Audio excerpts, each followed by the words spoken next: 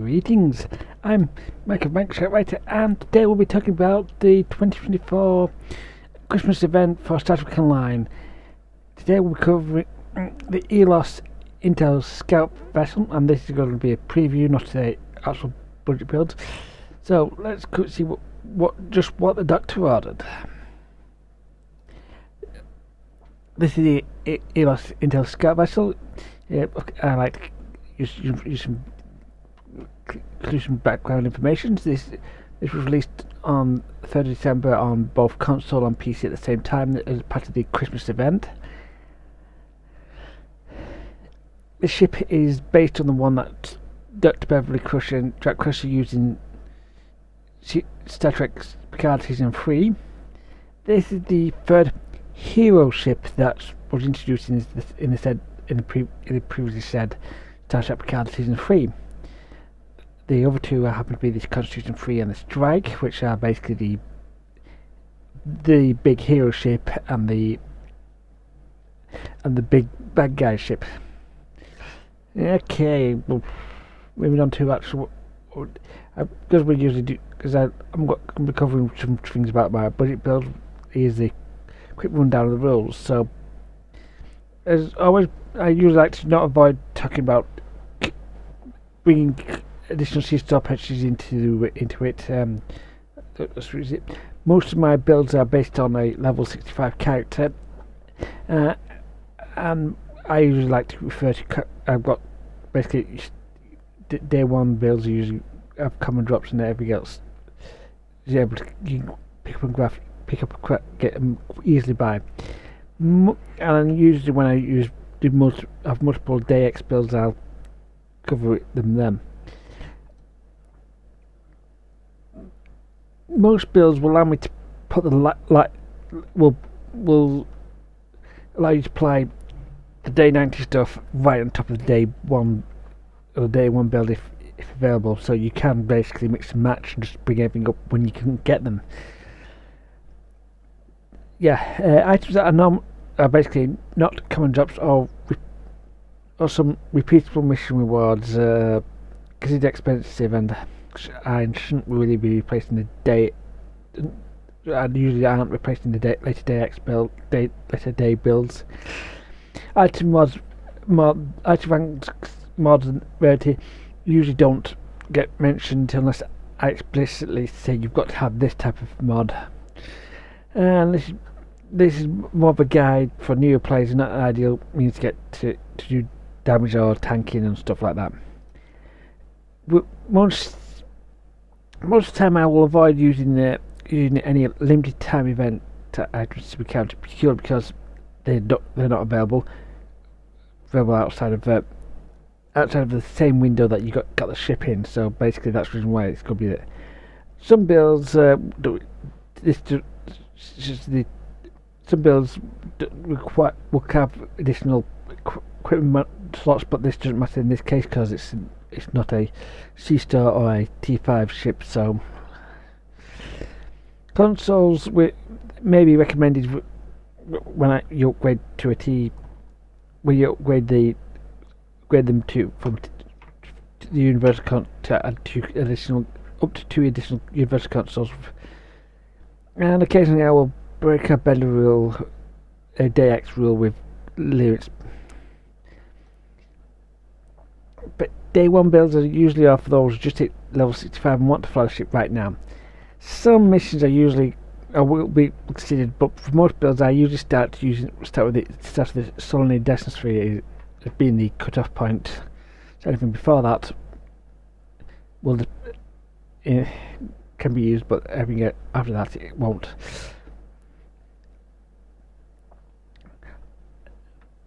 Because all items is going to be almost items will be dropped or crafted. Many items will be available on exchange for relatively low prices. And I usually limit to the rank bridge officer powers to rank 1 or 2 with no specialisation for cost reasons. If certain prohibited items are known to be available for a character, I will occasionally use them, but it's going to be for certain characters and certain builds. Because most ships are going to be because this is what we usually do, because this is technically I think it was day 40 or day 20, but basically this is event ship builds, and these are basically allows you can actually spend when you're not working on the actually getting the event ship.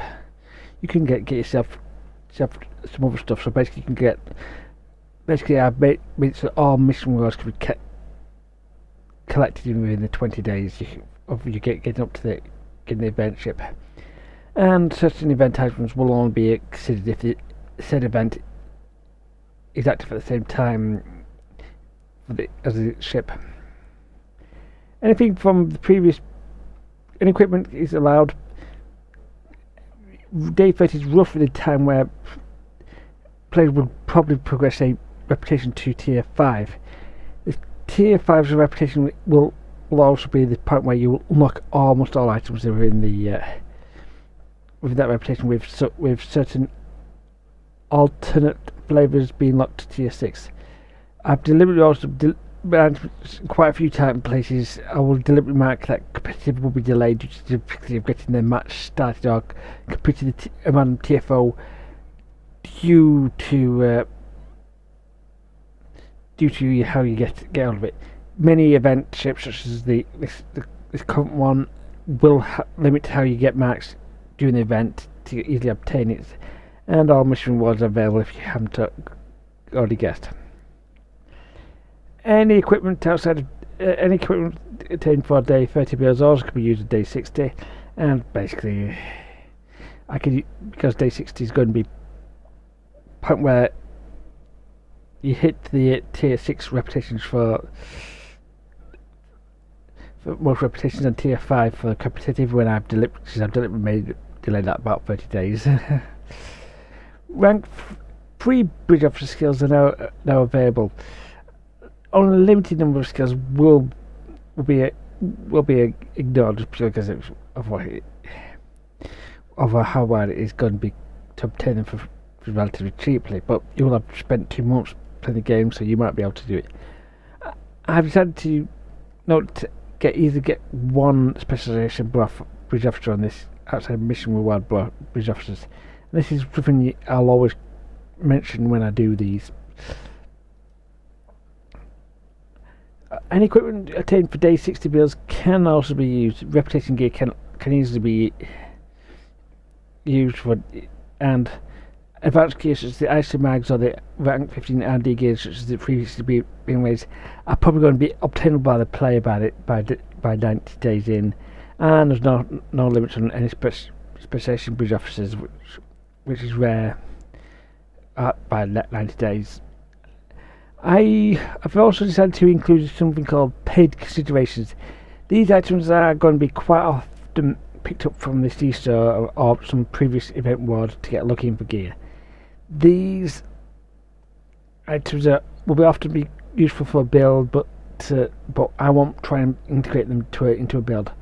The highlighted paid items will probably be increasing effectiveness of some of the core ideas around the build, or just plain boot it. These items are ones I would use on a ship if I was to fly that ship here on a regular basis. And now on to, a ship preview.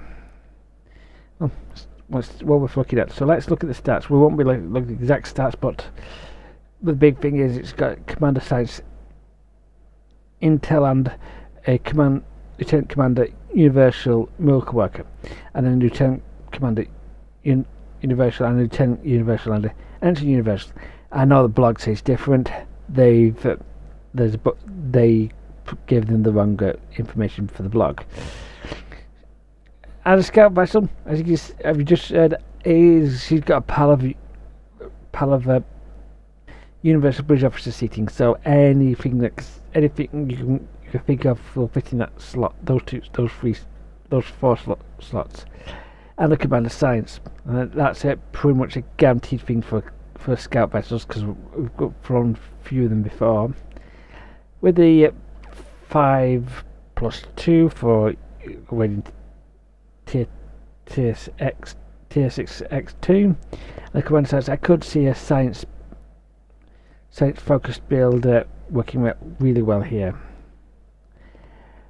Scout ships, unlike other ships, is a lot trickier to rely on.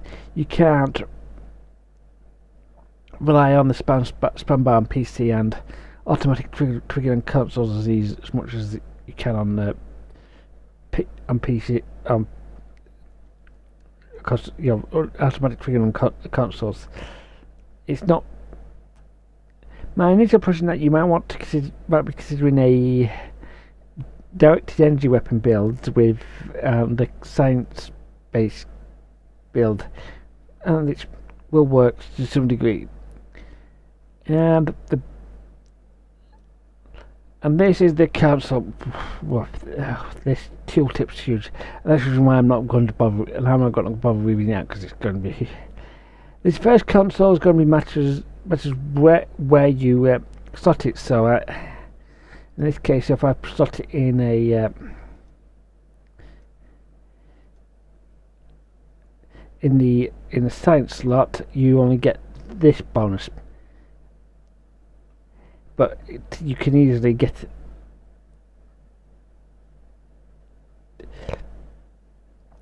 But this is just one thing you get, so you don't get all this in one go.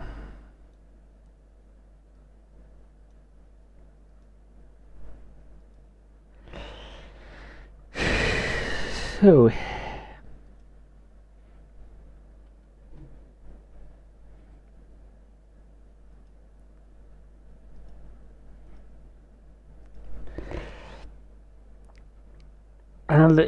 and that's just the passive abilities. There's actually the middle column is all about the clicky power, and when any of them are active, you gain 20%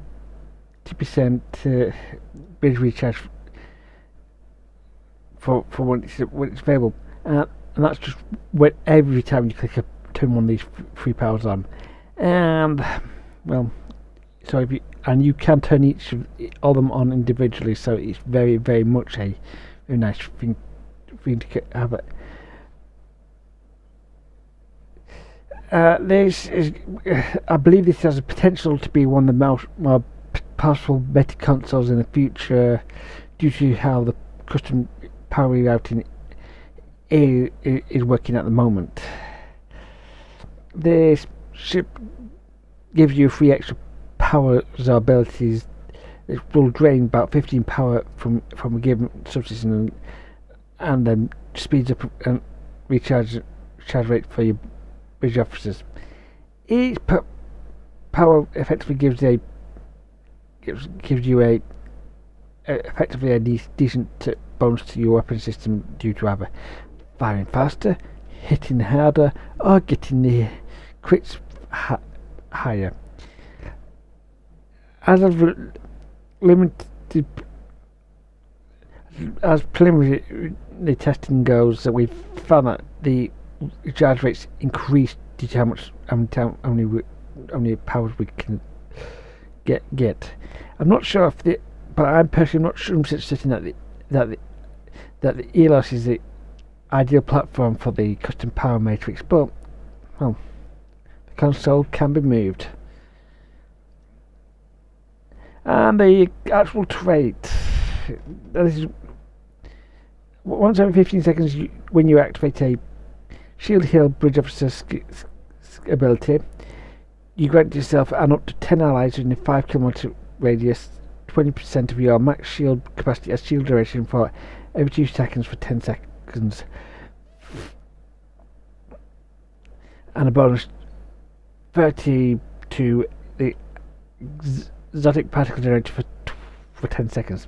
Now this does sound like it could be a decent way to support your team, especially in science heavy builds, but you quite often might need to be a decent flyer to get your ship within 5 kilometers of some other place, because some of them they're in and out before you get out that range before you can actually do anything. At least the EPG boost is a nice idea on a science focused ship such as the scout ship, and also the fact that most science vessels, including this one, has a slightly higher shield than normal. So pretty decent. Now, I've not. Now, normally I wouldn't be doing a. This is giving me some. Whilst I haven't been got a building in hand, even though it's been several days since it's actually launched. The ideas are pretty simple. There's no. I've got my first initial thought was which there's no energy flavor type, so there's no requirement to stay with phasers. The ship has got support for dual cannons, but the ship has got beam subservices targeting, so it might be you may want to consider one of those without too much trouble. Skills like gravity wells 2 and 3 should be ideal for that commander science spot, but you'll need to have quite a bit of. You need to have some X power to use it. With the science, with science intel slot, the best. I can see the Hierarchy science intel bridge officer scans from alliances is going to be great to pick up. One of the more commonly used intel powers is override subsystem safeties, which rank 3 is being lieutenant command. We occasionally write because of how often we use it. We have shorthand called OSS for override subsystem safeties for the intel power, and with override subsystem safeties and emergency power to substations, you can keep a lot more power in the substations, especially with custom power matrix draining a good chunk of it out of it. Now, I've got some things to say about my peg considerations. The basic ones are going to be the Arbiter, the correct Mogu's military weapon cycle Starship trait is pretty much standard for any energy weapon build, and that's something I will use covering sleep because the ship can use dual cannons. With barrage for a scatter volley build is pretty much worth considering, and there's quite a lot of those ways to get with barrage on many ships. And there's a 131 floating around if you've been playing around for a while. Garen got the Q entwined tactical matrices may be a fun choice to consider because it will help if you don't have enough bridge officer spots if you want it. Due to the grav wells being, because I'm using grav well being used, Xmas is one of the endowing vessels. It's pretty much a decent choice to use. Admittedly, the Xmas has got got 2 other variants that are not for the Roman and the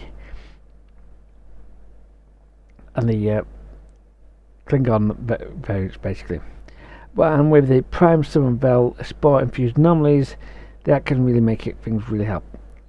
Now, one of the things I would normally consider would be the regime weather control vessels, electrified anomalies. It's pretty decent, but unless you've been around for a while and got the hold of the event a couple of years ago, you're stuck with a 14,000 Zen cost, and I think that's pretty high. And whilst I've been thinking about it, one of the big traits I've been spotted on the lockbox side is the pilfer power, which could be considered with various other stuff of it. But is this ship worth getting? Yes. I don't think I need to make this any bigger, do I? I mean, to put simply, getting this for free, and we don't know when, and which is going to take 2 or 3 years to get back in, to get it in the game, and then you're going to be spending $1,400 to get hold of it. No, I think it's a lot easier just to go with the get it now. But anyway, this has been Mike Sharkwriter. See you guys next time.